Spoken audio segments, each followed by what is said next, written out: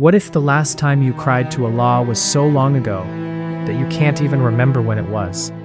What if the sins you've been committing in the dark have been slowly killing something inside you and you didn't even notice? What if Allah is sending you a gift right now, the greatest days of the entire year, 10 days that are more beloved to Him than any other days on this earth, and you are about to let them pass, like every other day, scrolling, sleeping, distracted, numb. These are the 10 days of Dhul Hijjah, and this might be your last chance to use them. Let me talk to you like a human being, not like a lecture, not like a reminder you'll skip past, like someone who actually sees you.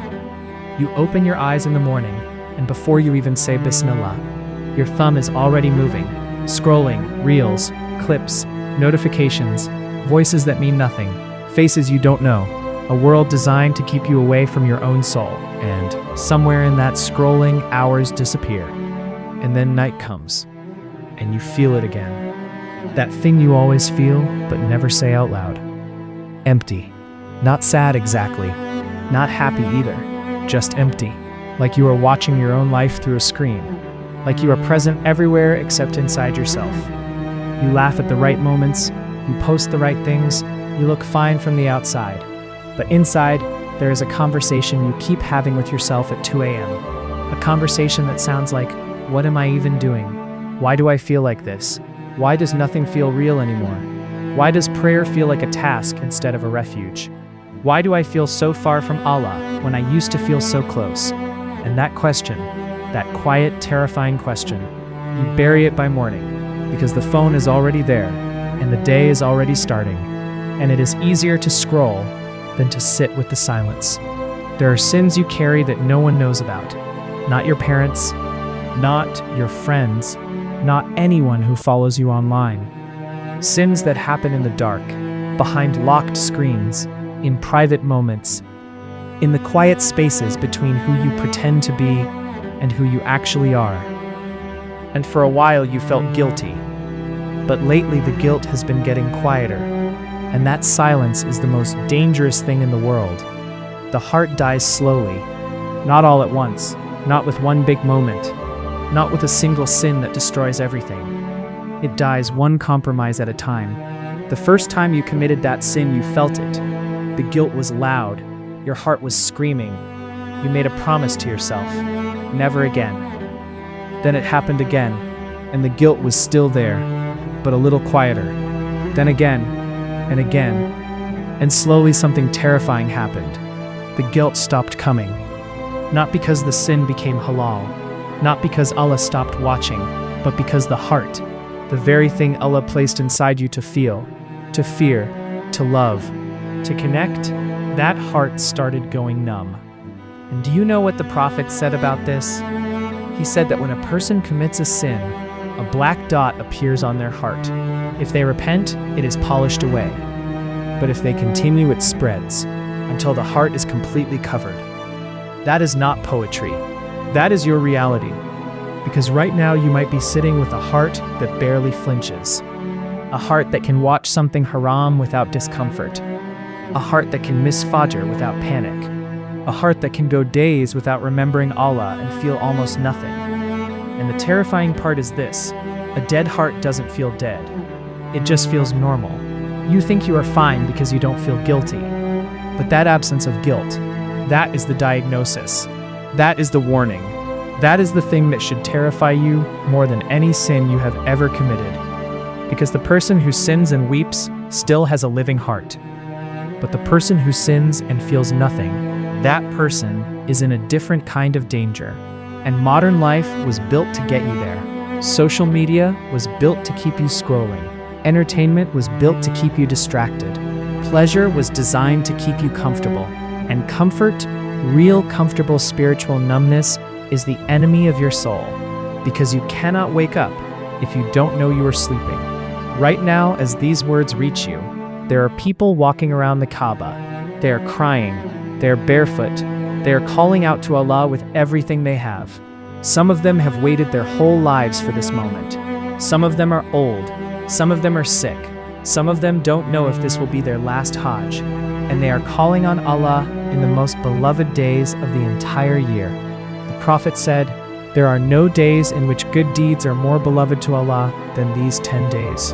Not Ramadan nights, not the last 10 nights, these 10 days, Dhul Hijjah, the days you are in right now, and Allah is near.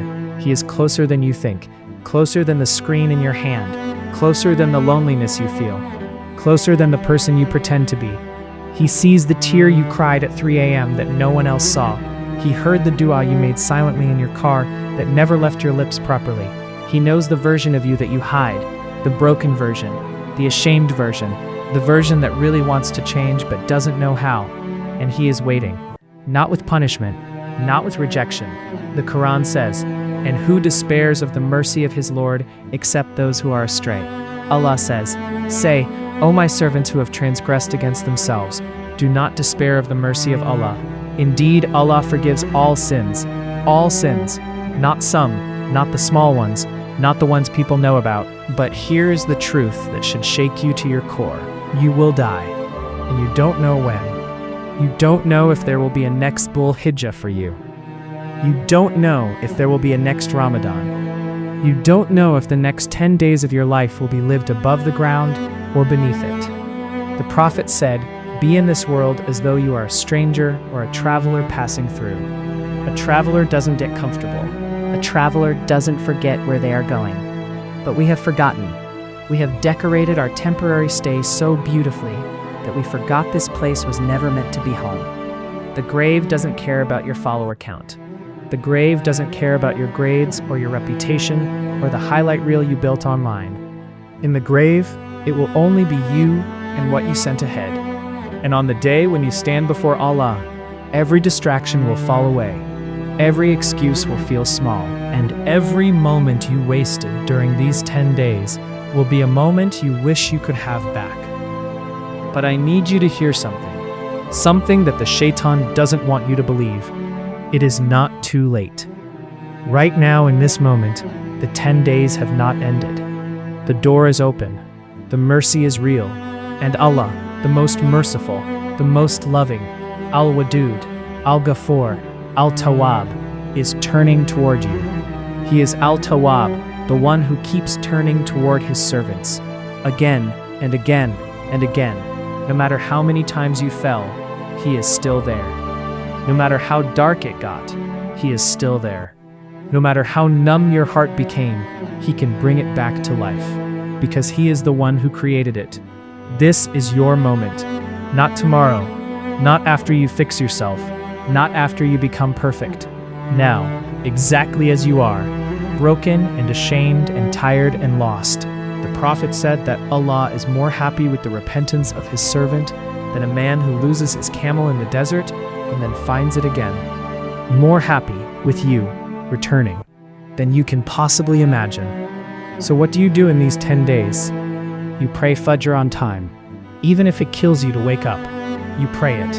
You make dhikr with your tongue while your hands are busy. Subhanallah, Alhamdulillah, Allahu Akbar. These words in these days are worth more than anything the dunya can offer you. You fast on the day of Arafah, the 9th of Dhul Hijjah. The Prophet said it expiates sins of the previous year and the coming year. One day, one fast, 2 years of sins. Do you understand what that means? Allah is giving you a door right now. A door that will close. Not maybe, not eventually, it will close. And the question is not whether you deserve to walk through it. I want to leave you with something that might stay with you longer than this video does. One day, and none of us know when that day is, the people who love you will gather in a room and you will not be there. Not in the way you are now. Not breathing, not scrolling, not laughing, not worrying. They will speak about you in the past tense. And everything you stressed about will not matter. And everything you distracted yourself with will not matter. And everything you were too busy for will not matter. The only thing that will matter is what you sent ahead. These 10 days. These 10 precious, once in a year, 10 days that Allah Himself called the greatest days of this world. They are a gift, not from the universe, not from circumstance, from Allah, directly to you. He didn't have to give you these days. He didn't have to let you wake up to see them. He didn't have to send this reminder to you at exactly this moment. But He did. because He hasn't given up on you, even when you gave up on yourself. So tonight put the phone down. Not after this video, not after one more scroll, after this sentence. Go make wudu, stand on your prayer mat, and talk to Allah. Tell Him everything. The pain you buried, the sins you are ashamed of, the person you are afraid you have become, the person you still hope you can be. Tell Him, because these 10 days are not just about the people circling the Kaaba, they are about every Muslim on this earth, including you, being given one more chance to turn back. Don't waste them chasing something that will never fill you. Don't waste them numb, distracted, asleep. Wake up. The best 10 days of the year are here, and somewhere in a place beyond this world, beyond the noise, beyond the screens and the loneliness and the emptiness, Allah is watching. And turn to Allah in repentance, all of you, O believers, so that you may be successful. Quran 24:31. May Allah accept from you. May Allah accept from all of us.